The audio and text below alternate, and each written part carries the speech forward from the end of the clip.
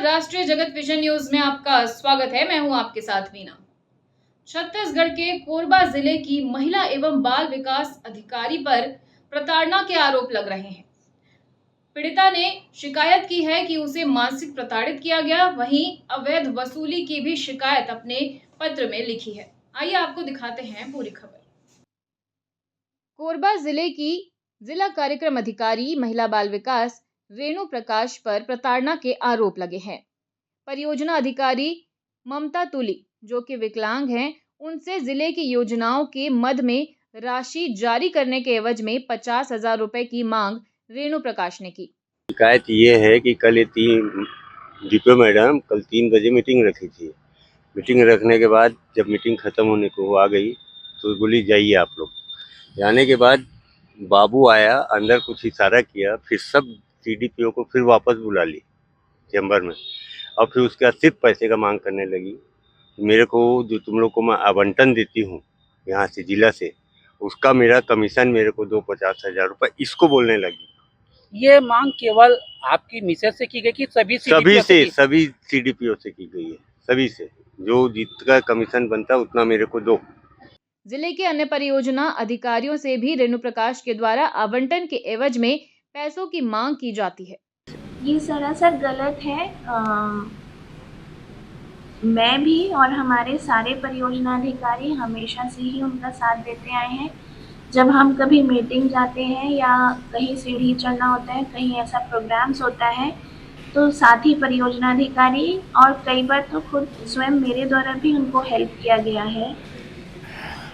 रेणु प्रकाश का ट्रांसफर 30 जून 2025 को कोंडागांव हो चुका है। फिर भी न्यायालय से स्टे लेकर रेणु प्रकाश अब तक कोरबा में ही जमी हुई है। इनके पति रेडी टू ईट का कोरबा शहर में व्यापार और सप्लाई कर रहे हैं, जो कि किसी भी भोजनालय चलाने वाले के फर्जी नाम से है, और इसके पीछे रेणु प्रकाश भी काम कर रही हैं। इसी तरह का एक और उदाहरण नीलम देवांगन का है, जो कि संचालनालय रायपुर में सहायक संचालक महिला बाल विकास नया रायपुर में पदस्थ हैं। इनका ट्रांसफर जिला महिला बाल विकास अधिकारी रायगढ़ के पद पर 30 जून 2025 को किया जा चुका है। लेकिन शासन की 15 दिन में स्थानांतरित स्थान पर ज्वाइन करने की नीतियों का खुलेआम मजाक उड़ाया जा रहा है।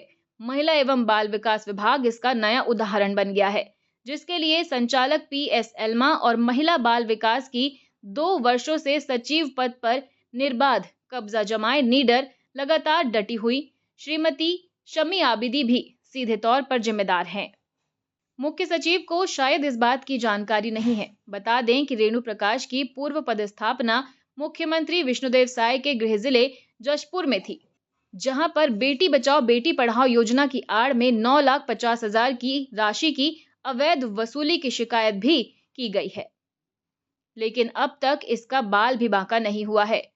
सूत्रों से मिली जानकारी के अनुसार हाउस में पदस्थ किसी ताकतवर अधिकारी का इन्हें संरक्षण मिला हुआ है, जिस वजह से रेणु प्रकाश गाहे बगाहे इसकी धौंस और लोगों पर जमाती रहती हैं। महिला बाल विकास मंत्री भी असहाय नजर आते हैं, जो राज्य शासन के आदेश का पालन भी नहीं करा पा रही हैं।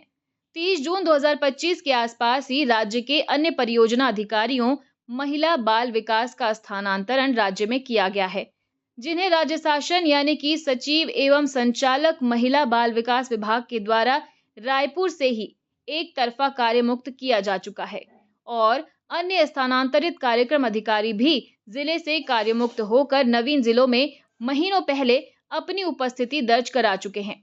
लेकिन रेणु प्रकाश और नीलम देवांगन के सामने सारे नियम कायदे असहाय नजर आते हैं। ये भी उल्लेखनीय है कि रेणु प्रकाश के द्वारा छत्तीसगढ़ लोक सेवा आयोग में साक्षात्कार और चयन के समय अपने दस्तावेजों की जांच में मूल जाति प्रमाण पत्र प्रस्तुत नहीं किया गया, इसलिए उनकी जाति फर्जी होने की आशंका भी है, जिसकी उच्च स्तरीय जांच की मांग आवेदन में की गई है। और फिलहाल खबरों में इतना ही। अपडेटेड रहने के लिए हमारे चैनल को सब्सक्राइब कर लीजिए। नई खबरों के नोटिफिकेशन के लिए बेल आइकन जरूर दबाइए। नमस्कार।